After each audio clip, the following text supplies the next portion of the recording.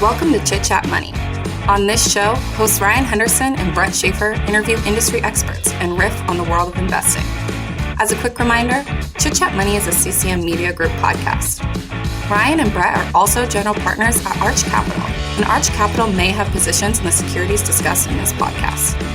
Anything discussed on Chit Chat Money by Ryan or Brett or any other podcast guests is not formal advice or recommendation. Now please enjoy this episode. Welcome into Chit Chat Money. My name is Brett Schafer, and I'm joined by my co-host Ryan Henderson as always. And today is our Tuesday, quote unquote, not so deep dive episode where we analyze one stock by covering its business model, ownership, financials, and future growth opportunities with some of our opinions mixed in. After listening to this episode, we hope you get a better perspective on the company and either get inspired to research it further or potentially not research it further. These are not recommendations and are just, I don't know. Well, it's hard to describe what these shows are, but we want to make it clear, as always, that they're not recommendations. It's hopefully a way to expedite your research process, a way to speed up and learn about a business. And if anything, just help you out. All right. Today we are covering Block. But before today's episode, I want to talk about Stratosphere. Today's episode is presented by Stratosphere, our investing home screen for fundamental research. What we've been saying is you want to ditch Yahoo Finance and start using Stratosphere's dashboard tools to let you easily track investments. We use it every day. And, we use it for researching stocks with our nifty newsfeed, SEC file aggregation, and a fundamental charting tool to compare companies. It's perfect. I mean, Ryan, any, I don't know, what's a feature that you've been loving on Stratosphere? Well, I mean, this is basic because it's kind of the crux of the value proposition that they provide. But I like the segments and the KPIs that are like company specific because it makes me realize this had to be so frustrating to build. They've done it, but it had to be so frustrating to build because companies are not always regularly reporting things. And so there's times when you probably said, oh, that's a great KPI, I can use that. And then all of a sudden they stop reporting it. So it's got to be so frustrating, but they've done a really good job aggregating all that stuff. So it's just so much easier for us. All the frustrating work that you do, that we do as investors, they're trying to take care of that yourself, save you time. And the best part is it's free. So you can do plenty more at stratosphere.io. Try it for free. That is stratosphere.io and use promo code CCM for 15% off any paid plan. We will be using them throughout this episode. Okay, Ryan, why don't you try to describe what Block is, formerly known as Square? I know Jack Dorsey has a nice little saying that he likes to do that you're going to share with us. Yeah, and we probably have a bunch of regular listeners that are hearing this and might get like frustrated at some of the basics that we talk about here, but remember there are potentially new listeners, so people that maybe don't know Block as a business, and I'll try to go through some of the basics, but also maybe provide some deeper context on the products and how they've evolved over the years. But Jack Dorsey describes Block as an ecosystem of ecosystems. That means nothing pretty much. Other people would maybe describe it as a company that has multiple products. And so I'll go through each of those and start with Square itself. So this is really what the company was founded on. It's their seller ecosystem, or sort of their commerce ecosystem. It's designed mostly for merchants, small to medium-sized businesses. They're moving more towards sort of the medium size instead of just purely the small size. But this is a mix of both hardware, software, services, and pretty much it's very self-serve. So you think about some of the bigger potentially payments processing services, and they are maybe more customized for specific end users. In this case, it's very out of the box where a small business takes it or orders it, whether that's the hardware and the software. You can easily just add on your specific software services that you need. You can automatically accept payments via cards or Apple Pay or digital payments as well now, and I'll talk about that in a second. But I think Scuttle Blurb, which is a blog we personally subscribe to, described it well. It's a general purpose stack, a general purpose merchant stack, basically, that provides everything a merchant might need. And it's really well suited for retailers that have sort of 1 to 20 locations. That's kind of the sweet spot. Toast is another competitor that's maybe a little, maybe applies to a little larger customers. So kind of the 20 to 100 locations range, but Square really serves that sort of smaller to medium-sized niche. And like I said, though, they obviously have the hardware that provides the payments processing functionality, but they also have a bunch of additional subscriptions and I guess software services that customers can purchase on a going basis. Some of them are variable costs, so some of them are like $1.50 every time you use it, point blank percent of each transaction, that kind of thing. Whereas some are more on a monthly payment. Each one's very different. You can go and just look it up online and you can find sort of the payments or the different pricing. But these include things like team management, payroll, email marketing tools, loyalty programs, appointments is a big one. And so really a whole suite of different kinds of software services. And they've recently been seeing a lot of success with the verticals solution. So this includes pretty much Square for restaurants, Square for retail, and appointments. Basically, these are a number of software services that your typical retailer or your typical restaurant might need, and they can subscribe to it for a monthly price, probably plus a couple of variable rates. But it's seen a lot of success. So for reference, in the last quarter, those 3 verticals grew at 45% gross profit, as opposed to overall Square, which was growing at a much lower gross profit rate. So this is kind of helping, I think, drive growth for the ecosystem as a whole. But I hope that gives sort of a good perspective on what Square's seller side looks like. The second one and I'd probably call this the most important segment of the business or ecosystem, is the Cash App. And so this is Block's all-in-one finance app. It started with its core peer-to-peer transfer function. So similar to Venmo, where you could just send money to your friend. However, they've layered on a bunch of additional products on top that really make this sort of a true digital banking product. So today, when a user sets up an account, they're immediately given a routing and account number. Users can then receive direct deposits from an employer. They can transfer money from another bank account in. They can deposit paper money through physical locations. They can receive money from friends. And then once the money's actually in, there's a bunch of functions that they've added on as well. So you can hold it, and there's like different savings accounts you can put it in. So as far as I can tell, they don't earn interest in those savings accounts, but it's basically meant to be sort of a separate account where you like pick an emoji, apparently, where it's like what you're saving for.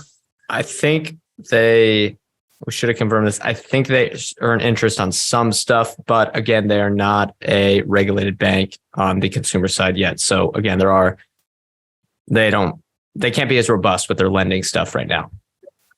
Okay. Yeah, I didn't see anything, but I heard him say I heard him say one thing on the conference call. Maybe they were talking about the loans they give out, but I don't know. Either way, they don't act like a bank yet. No, I mean, they do everything beyond basically interest in savings accounts, from what I can tell, and credit cards, but they are kind of moving into credit cards potentially in this. I'll explain what that is in a second. But when the cash is in a user's account, they can also invest it in stocks. There's a number of different, sort of your typical range of equities, but as you also have ETFs. There's some bond ETFs. So maybe people don't, maybe that's a way to sort of earn interest in sort of a short duration bond ETF, as opposed to just them giving you interest on your account. And then you can also buy crypto, which they've really tried to emphasize. And then they're rolling out this new borrowing function, which is similar to a credit card. They're trialing it with users right now, but basically I think you can borrow up to $200 from Cash App, that you obviously probably pay them back, very similar to your typical credit card. They're trying to basically be a bank without being a bank. Yeah, that's probably a good way to describe it. And then there's also, and here's the part where it kind of ties the two ecosystems together. So we've talked about how you can ingest or take in cash from a number of different places. You can do a lot with the cash while it's in there, but then you can also pay it or spend it or send it in a number of ways. And so there's the Cash App Pay, which is sort of your basic, it's a way to pay at Square merchants. So it's either physical or online. If there's a Square merchant, they accept Cash App Pay. You can pay directly out of your account, or you can scan a QR code and pay directly from the money that's in your Cash App. There's the Cash App Card, which is a physical and digital card that they send to you. You can add that to your Apple Wallet. So like when you pay with Apple Pay, you can pay with your Cash Card on there. Then they also have boosts. So these are basically discounts where if you use your Cash Card, you get, say, $10 back at a local grocery store or something like that. A lot of chains kind of offer discounts in there. And so it's sort of a way to incentivize spending. I guess on the Cash App Pay thing, they're starting to roll that out to some other third-party merchants. So not just Square merchants, but that's kind of the way they're trying to tie the two ecosystems together, is through the payments function for your Square sellers. And then Square sellers can easily direct deposit into like their employees' Cash App accounts. So hopefully and then there's a number of different ways they make money on that. So when it's transferred to and from a bank, when they charge, there's just these tiny little microscopic fees that have really sort of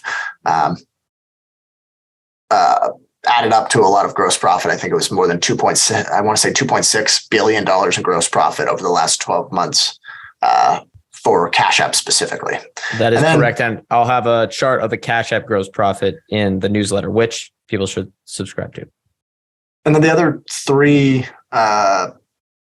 segments or ecosystems here are Afterpay is one. So Block acquired Afterpay. Most people probably know this. Ultimately, the deal ended up being for $14 billion. I believe it was initially quoted at, and correct me if I'm wrong here, I think it was $29 billion. It was an all-stock deal, so both stock prices kind of collapsed, and the deal wasn't worth as much. But at the time that it was announced, it was like $29 billion, 42 times sales, I think, was the deal. But it came in. This is their BNPL provider, and for those that don't know, that's just buy now, pay later. Dare I say, very commoditized. But Afterpay was sort of unique in that there was a lot more of a discovery element to their platform as opposed to some of the other ones. So it's like a big time connection to the embrace like apparel and fashion shopping and try to get that kind of feedback loop going within their app. So maybe we'll talk about whether it's a commodity later, maybe. And it was bigger. It was founded in Australia. I think they had a bigger presence there. But it was trying to be more of a digital mall instead of just a checkout option. And so you could go onto afterpay.com or whatever it was called, and you could look up all the different merchants that accepted Afterpay, and you could kind of peruse a bunch of different options from within that one dashboard. So they acquired that. They've been slow to kind of integrate that. In the third quarter, they did for their first, I guess, attempt at integrating some discovery tools into the Cash App, where you can use sort of Afterpay's, where they're using sort of Afterpay's platform. It's not a big part of the Cash App right now. The only other thing they've done is given this functionality to all the Square merchants. So it really doesn't seem to me like a big part of the business yet. And then growth has slowed a lot for Afterpay relative to when they first bought it. But the fourth one here is Tidal. This is their music streaming platform. Block bought them for $297 million in cash in 2021. This functions really similar to other music streaming platforms. So they've got 3 tiers. There's a free ad-supported tier. There's a hi-fi tier, which is $12 a month. unlimited songs. You can listen to songs offline. It's very similar to Spotify. And then there's a Tidal Hi-Fi Plus, which is apparently has better sound quality. And they say as much as 10% of your subscription is directed to the artists you listen to most. I know that was 100%, but we don't need to, we got to finish, we got a time limit here, Ryan. So I don't know if we can go into that, but okay. We'll discuss title and highlights and lowlights. It's very small relative to the other music streaming offerings. And then there's a bunch of Bitcoin related initiatives. I watched their Investor Day presentation on their crypto ecosystem and came away kind of lost. I think they're probably discreet on purpose here, but they actually like their Spiral and TBD brands really don't have they have a very generic purpose, which is work on whatever they think is best for Bitcoin. Apparently that includes like software development kits for wallet developers, decentralized mining systems, and a bunch of other stuff I didn't understand. So I'm going to limit it to that. But as for the history, most people know the story, so I'll be real quick. Square was founded in 2009 by Jack Dorsey and Jim McKelvey. Jack had just been ousted by the Twitter board. Apparently his friend was trying to sell art and didn't have a way to accept card payments. And so they came up with this little dongle that you could plug into your phone, accept card payments easily. It was a simple card reader that was pretty successful. 4 years later, they launched a product called Square Cash. This eventually evolved into the Cash App. It just allowed individuals and businesses to set up an account called the Cash Tag and quickly send and receive payments. They went public in 2015, acquired Weebly in 2018, acquired Tidal in 2021, acquired Afterpay in 2022. Since the IPO, the share count has nearly doubled. So there's some dilution here. We're going to talk about that a bit, but it's also just kind of think in context of if you're looking at gross profit growth over the time, kind of just cut it in half to look at it on a per share basis is maybe the way I would do it. But yeah, that's pretty much all the history. There's nothing too relevant as far as founding story, aside from the fact that they retain a lot of the business today. Yep, they're still around. I'll get to that. Management and ownership. It was pretty innovative. That first product is really started a whole new industry. So it's quite interesting. But yeah, industry and competition. That's our next section here. Pretty simple. I mean, for Cash App and Square, they're both large. At the 2022 Investor Day, management estimated that the Cash App had a $70 billion gross profit total addressable market, and that Square had a $120 billion gross profit total addressable market, or TAM, as we might reference to it later. And for reference, over the last 12 months, their total gross profit as a company was $5.5 billion. So they're pretty big in each of these markets, but they're not the dominant player, and they're quite large. So most of these markets are fragmented with lots of players. There's not like an oligopoly out there. It's not like the payments networks. This is the layer below that. And I think they outlined that as an international, market opportunity. So I'd really be watching that international gross profit growth, because it's a small part of the business right now, but growing extremely quickly. And I think that's where a lot of their growth is going to be coming over time, especially if they can launch Cash App outside of the United States, because it's been difficult to launch consumer finance apps internationally. They usually kind of stick in their home country, but again, we might discuss that later. If you look at competitors, the competitors of Square, which are, again, if anyone that is confused here, Square is the subsidiary now of Block that just does the merchant payments and the merchant services. The competitors here, I'd say the number one would probably actually be Shopify, because Shopify is expanding into point of sale. Shopify really tries to be, the software and payments provider for a lot of small businesses, and their payment volume is, the lost to Square, or lost payment volume that could have been at Square. I also think Clover's a big competitor. Toast, Wix, smaller. Olo is different, but sort of a competitor. You might have people that use Square also use Olo, but I think that will become a competitor over time, although they don't really sell hardware. Essentially, any company trying to help SMBs or maybe even larger businesses facilitate payments and manage the back office busy work is a competitor to Square. So there's a lot of them. Competitors to Cash App, there are also quite a few. but the two most important would be Venmo / PayPal. Venmo and PayPal are owned by the same company. Well, PayPal owns Venmo. And Zelle. Zelle is the one that a lot of people will know. It's the one that connects the big banks, the one they put out together.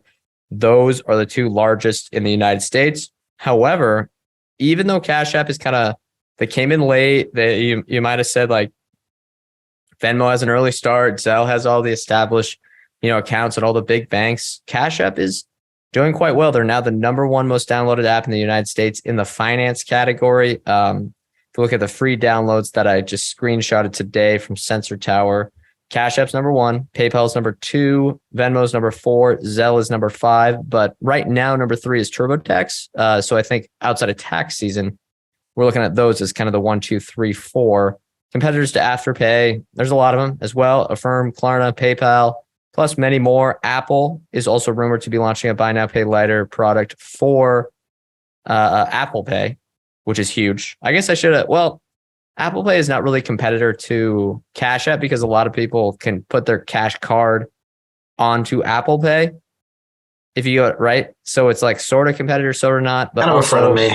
Yeah, because you don't want some people. You kind of want people to start. I guess the most monetizable user for the Cash App are the ones that stick within the app the whole time. And people are sticking within Apple Pay, that might hurt them a bit. But again, yeah, frenemy. The question I had here that you tried to address earlier is buy now, pay later just a commodity service that anyone can launch? I think, it's pretty clear that Square or Block, whoever you want, Block really, should have just started this themselves because it's not worth the synergies in Australia and the synergies of adding, say, a few 10 million Cash App users. Yeah, no, I think it's very clear they overpaid for this. And they've even tried, I think, to be somewhat quiet about what's happened to Afterpay.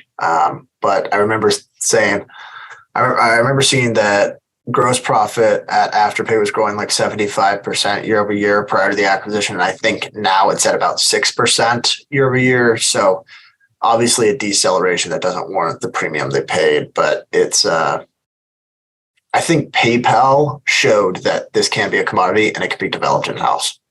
Yeah, that's a good point. That's a great point. All right. Management and ownership. Blocked, I'll say first, is a bit of an enigma to me.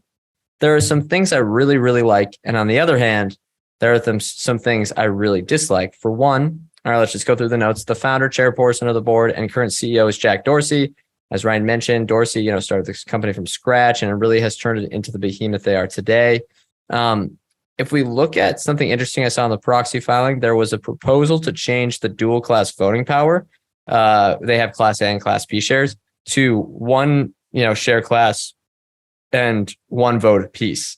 The reasoning for this, according to the shareholders that wrote this proposal, is they dislike Square changing its name to Block and embracing all this crypto stuff. They want more.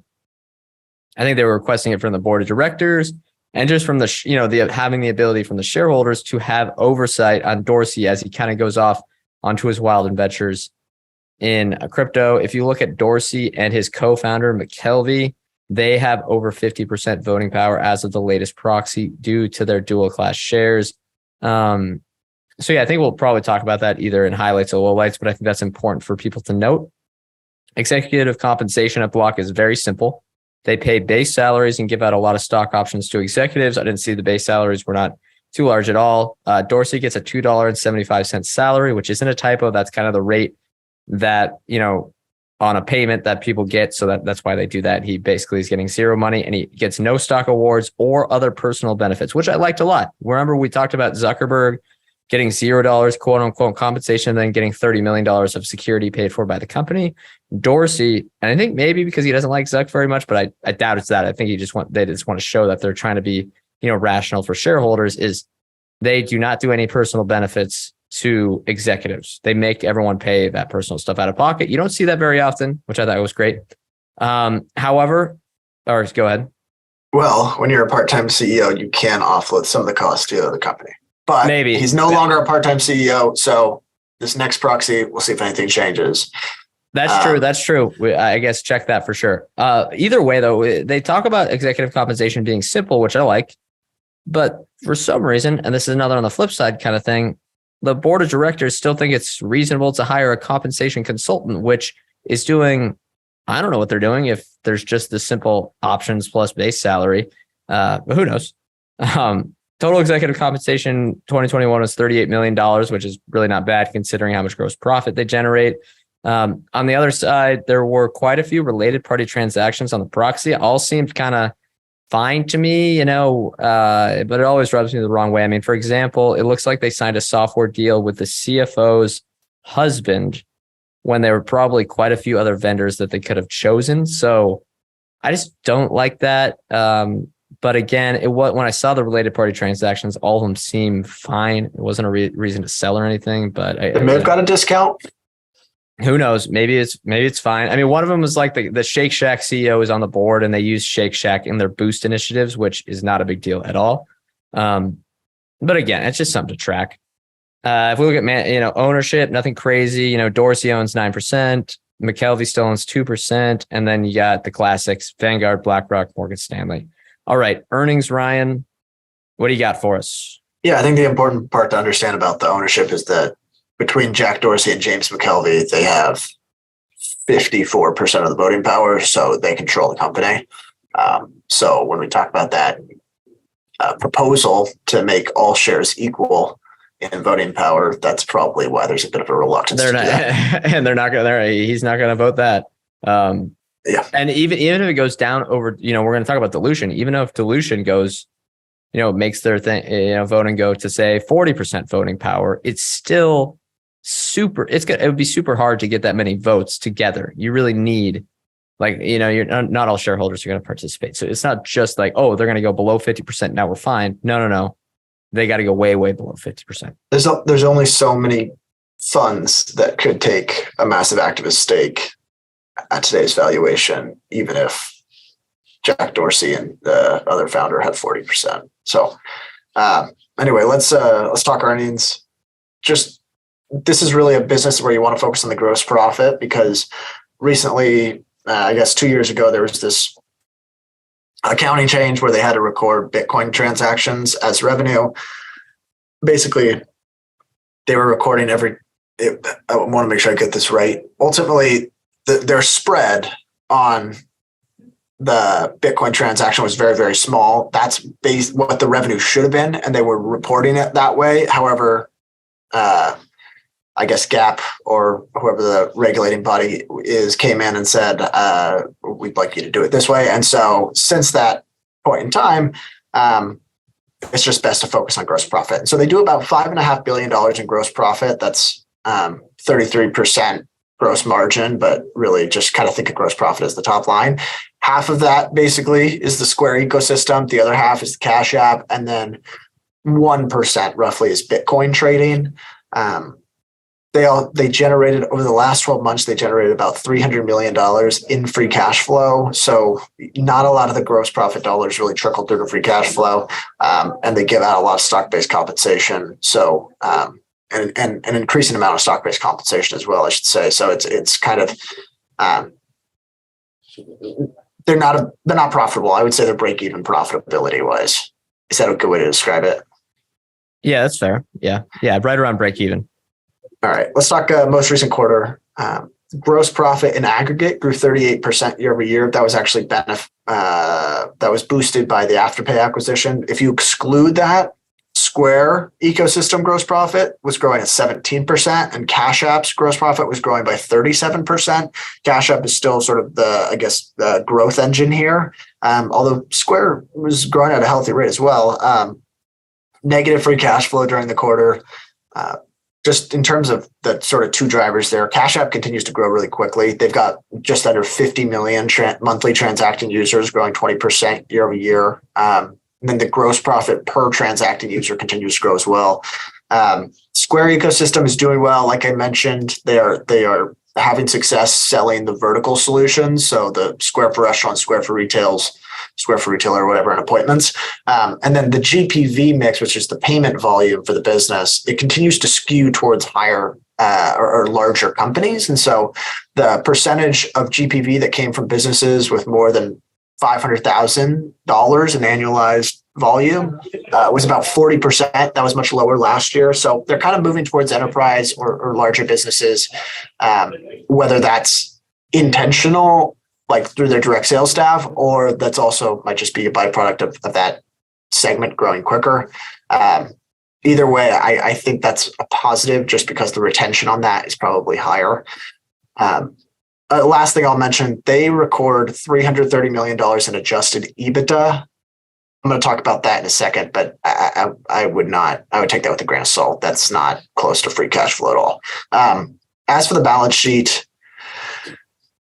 $5.5 billion basically in cash and short-term investments. They also have $800 million in long-term investments, but they're all debt securities. So I would probably just lump that in if I'm trying to calculate the enterprise value. They also have to hold a certain amount in customer funds. So they've got $3 billion on the balance sheet in customer funds, and they hold a little over $500 million in Bitcoin. I think part of that is just to provide some liquidity for customer trading, but they're also taking on the risk by holding it on their balance sheet. So it's or the opportunity, if you want to call it that, the upside opportunity there. If you're last 2 months, it's been upside. True. But no, I agree. It is big. It's a big risk. Liabilities. The big thing here is that they've got they've got a decent chunk of real debt, but they also have around $5 billion in customers payable. So keep in mind, I said they hold $3 billion in customer funds and have a lot more in customers payable. So they are using sort of that working capital advantage to invest in short-term securities and earn interest on it, which is a positive here. But when we look at the debt, some of it is senior notes. So $2 billion out of the roughly 4.6 is senior notes, which have interest rates of 2.75%, 3.5%. So fairly low rate. However, the rest of it is convertibles. And a lot of these look like they probably won't hit, would be my prediction, unless shares do really well. So they have some coming due this year, which are in the money. The strike price is $78, I think, right now. Block's like, what is it?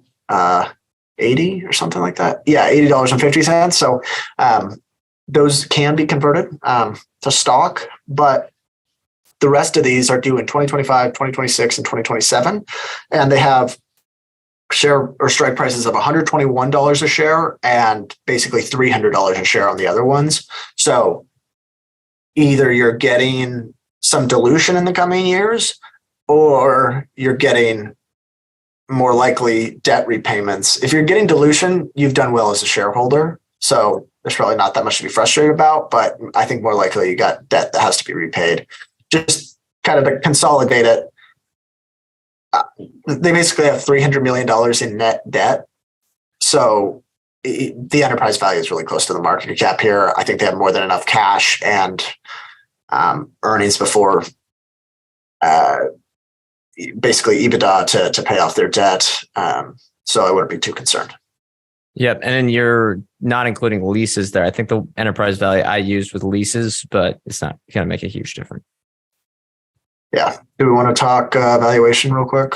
Yeah. And then one reference, we talk about dilution a lot. I just want to put some numbers in people's heads. Their total shares outstanding right now are about 600 million. And as of last quarter, they had 81 million in total anti-dilutive securities, 35 million from stock options and RSUs, 18 million from convertible notes, and 28 million from common stock warrants. Didn't investigate the common stock warrants, but the other two are pretty straightforward. So expect dilution coming down the line. But yes, let's move to valuation. Keep it quick. Market cap 47 point something billion here. Enterprise value about 48 billion. Let's just call it $48 billion.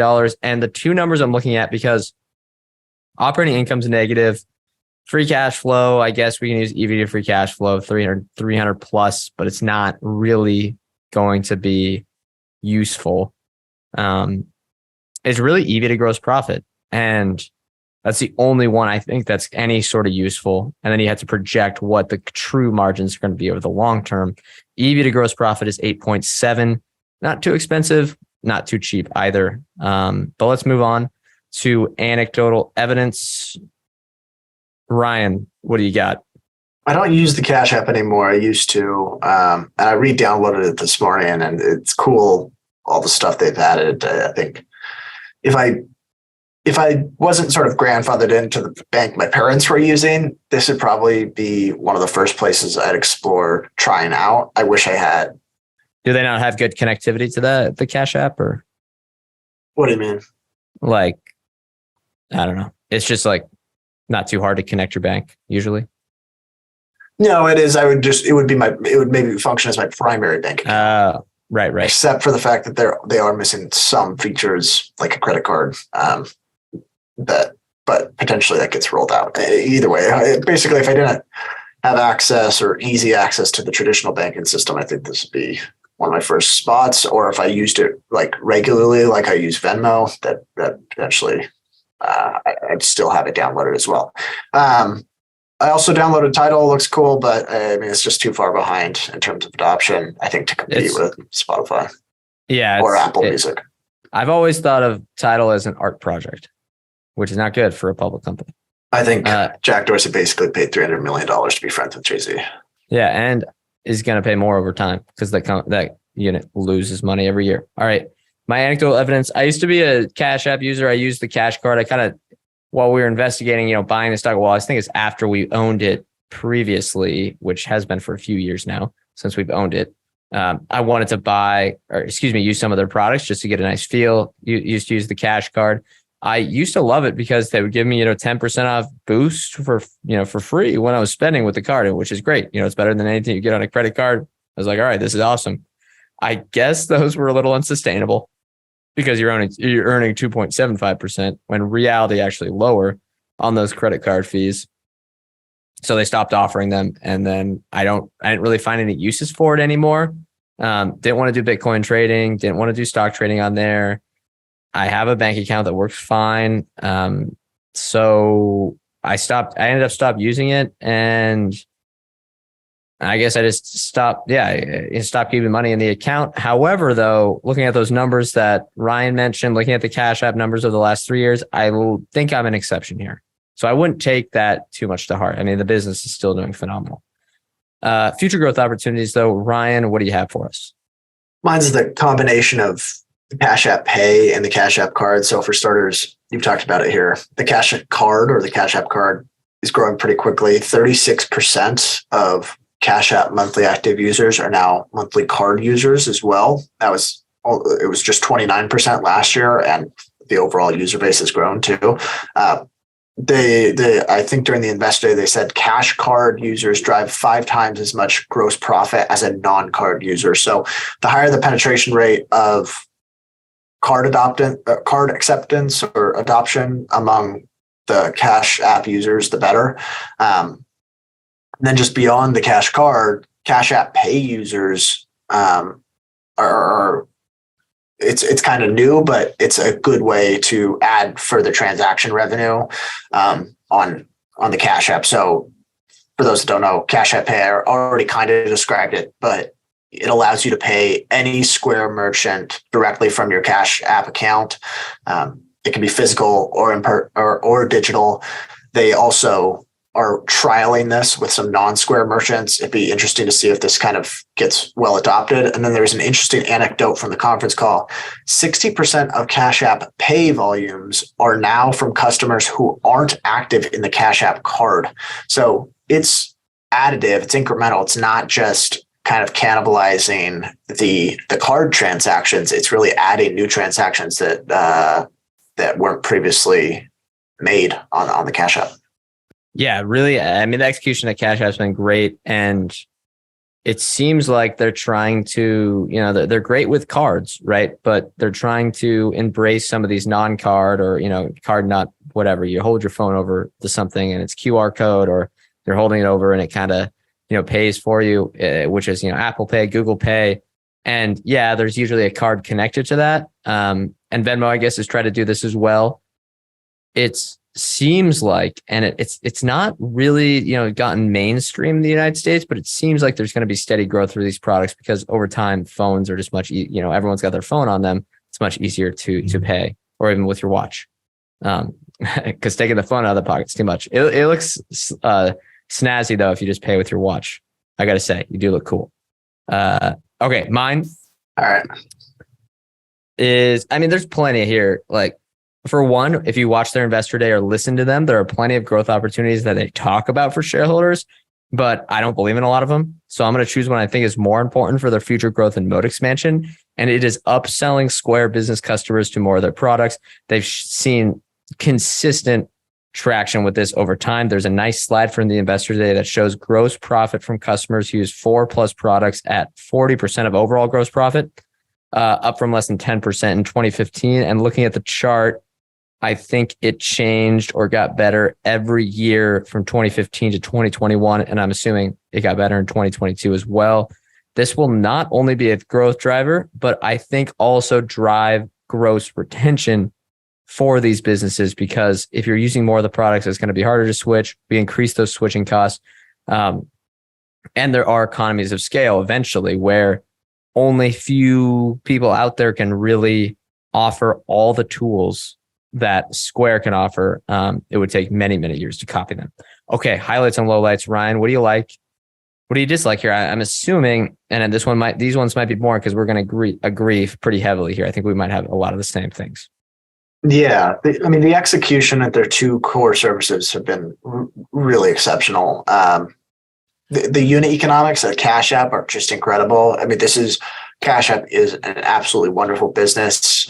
According to Block Management, it costs about $10 to acquire an active Cash App customer, and within 3 years, those customers contribute $60 in gross profit on average. So certainly not bad. Yeah, great economics. And then for reference, banks can be upwards of $500. Yeah, I think the average is like 200, but yeah. Or 200. Was I saying 200? They had a slide where theirs was tiny. The other one was super big. Either way, that's very impressive comparison. The other highlight for me, the execution at Square has been really good. I think that move up market towards larger customers, and then the good adoption of additional services. So number of customers using multiple products not only makes the business stickier because they rely on Square more, but by moving up market, there's less natural churn from like business failures because those are larger businesses, theoretically attracting more money. So there should be less, I think, bankruptcies. So that could lead to higher gross retention as well. So highlights are basically those two businesses. Lowlights for me, this won't come as much of a surprise, but Bitcoin, I have, I guess, two gripes here. I have a hard time measuring the value of obviously some of those Bitcoin initiatives that Dorsey has tried out. I don't know how much they're spending there. But the other part is he seems fixated on making it a sort of a centerpiece of some of Block's other services, which is the more concerning part. If you go to Cash App, you can look up Bitcoin boosts or go check it out. It basically, they'll give you, I could go look at it right now. I think if I spend like $50 or something at a grocery store, they give me $10 in Bitcoin back. And then I just take the Bitcoin and transfer it straight to dollars. You're not understanding the ecosystem, Ryan. They're just giving money away. It's really stupid. But I guess it creates more transaction volume. And I think I just picture like him at the offices, like every time there's a new product, him thinking like, all right, how do we get Bitcoin involved here? How does this benefit Bitcoin? And it's just like, I don't know. I think it's inhibiting real growth there.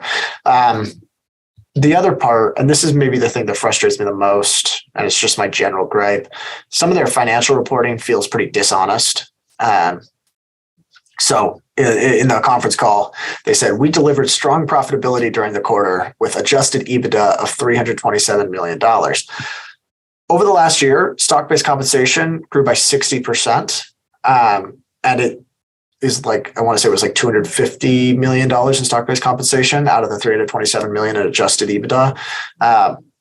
They also have real depreciation costs that they back out. They backed out $23 million in acquisition integration costs because I guess those aren't real. That's a cost. That's a real cost. And they backed out Bitcoin impairment losses. They basically backed out all their costs. Yeah, acquisition is fine, but Bitcoin, because acquisition is fine. Well, I mean, potentially one time they could do it. They could just have more acquisitions. And yeah, I mean, you want to know what that was. I just feel like, when I look at that adjusted EBITDA sort of reconciliation or whatever, every time I just kind of roll my eyes. Like that's not, they said we delivered great profitability. Those were costs that you incurred. You didn't deliver great profitability. So either, to me, this is kind of intentionally misleading, or my bigger concern is that management genuinely treats this like true profits. Yeah, I don't know how because they have no incentive to do adjusted EBITDA because they don't get paid on it. So it's weird that they fixate so much on that. I don't know. It's hard. I mean, well, anyways. Yeah, and yeah, it's one of those just with the adjusted EBITDA. I just ignore whenever they state that. Just kind of look at the other numbers. Highlights for me, Cash App as well. Kind of we looked at, when we looked at it 3 years ago, the thesis was they would take, peer-to-peer payments and add on more monetizable features. This definitely occurred. And now they've reached a point where they have Send, which is peer-to-peer, payments, which is Cash App Card, Cash Card or Cash App Card, and Cash App Pay. And then savings as kind of the third pillar, direct deposits, stocks, even Bitcoin, I guess, even though it's, we think is lame. Now they're trying to add on even more stuff, which is kind of a shopping feature, I think, or a shopping pillar. They have the Discover tab and then all the assets they brought over from Afterpay. I think there is some potential there, but still TBD. Second one, durability of the Square business seems really strong. And there's always pushback on Square that it's a commodity. And I just think they're better they're just better at all the products that they do. And I don't think that's a moat, but the fact that people say that the card reader is just a commodity is really not true anymore. Third one is the young in executive terms management team. Everyone I think is below 50, or maybe one person's over 50.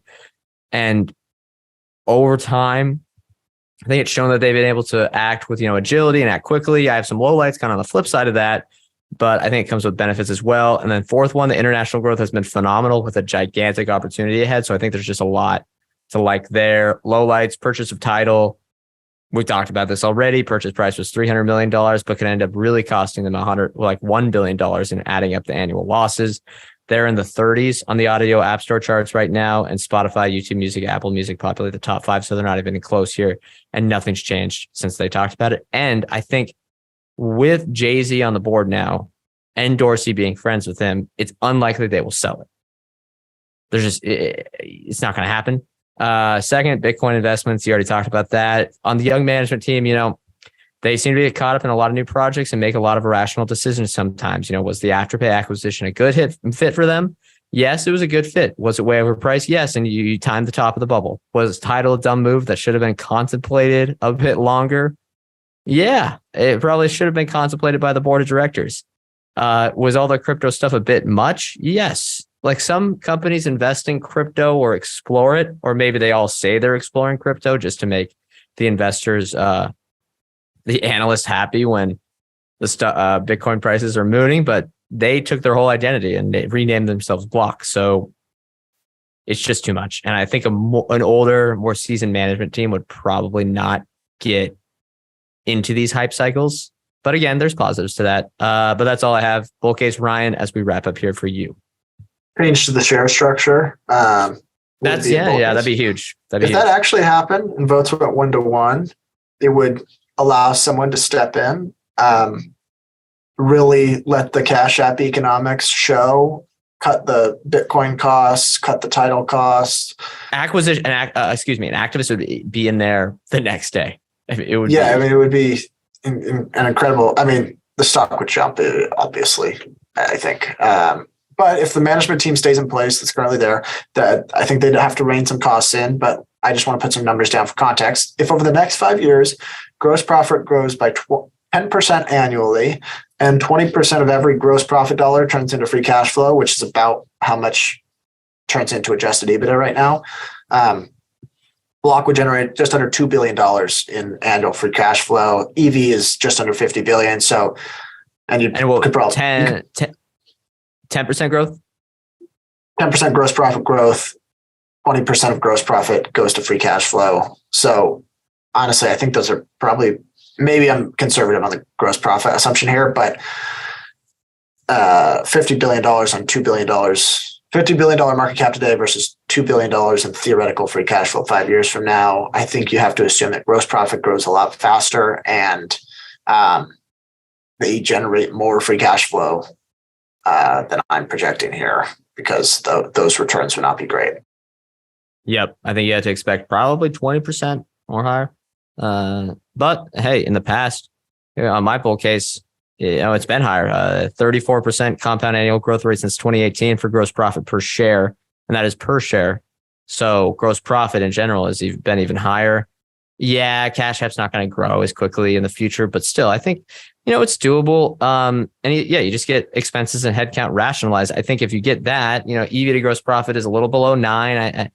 I think if that happens, and it would be very hard to lose money over the long term. I think it'd be really hard. Now, is it going to have 15% compounded stock returns on the upside? I don't think so, given the valuation today, unless they really execute and say buy now, pay later or something like that. All right. Your bear case, Ryan, as we close out. Yeah, just poor capital allocation. I worry this is just one of those businesses where it never truly generates cash. Like, I don't know, how much is a business like that worth? Maybe Cash App continues to grow, but maybe the expenses or their random Bitcoin investments continue to grow as well. That's like a concern to me, and I don't think it'll ever change unless Dorsey's out. I put this really rhetorical question here, but if Dorsey's such a believer, when you watch the Investor Day, it's him kind of in this like monk mode where he's got that long beard. He's in this like really light wood colored room, just kind of zen. And he's like, I'm a bit, believer in free markets and everyone should participate. And it should be, this total meritocracy. But if you're a believer in that and everyone's equal and you're open and you believe in fairness for all, why aren't all shares equal to one vote? Well, I mean, exactly. He only wants the fairness for all if it's to his advantage, it seems like for me. I think if he changed that and the share structure was changed, I would certainly consider jumping in here. Yeah, for sure. We used to love Jack for a lot of the things they did because they were so innovative as a company, and they still continue to be innovative, but I think they've just lost their way from our perspective. Maybe they're right. We're not 100%. It's not guaranteed that we're right here, that they're wrong. But yeah, it's just, that's the big bear case for me too, is, mismanaging expenses, more poor acquisitions. It seemed like they do about, one every couple of years at least. And then these investments, I'm saying, quote unquote, into Bitcoin and Bitcoin related products. The thing is though, my bear case is, these things have occurred. All those three things that I listed, they've occurred for the last 5 years. So why should investors expect him to change over the next 5? I just don't get it. If someone does something in the past, you should really bet that it's going to continue to happen, at least in the near future. They brag a lot on the Investor Day. They defended themselves in the proxy statement versus that shareholder by saying that gross profit has grown at an incredibly fast pace, which it has. But if it never gets turned into bottom line, consistent cash flow generation, and let's not say they do $1 billion, whatever, in SBC, which has just gone off the chain. It's not, the returns aren't going to be positive. They're not going to be good. So yeah, that's my worry. Like, do they really measure themselves by that?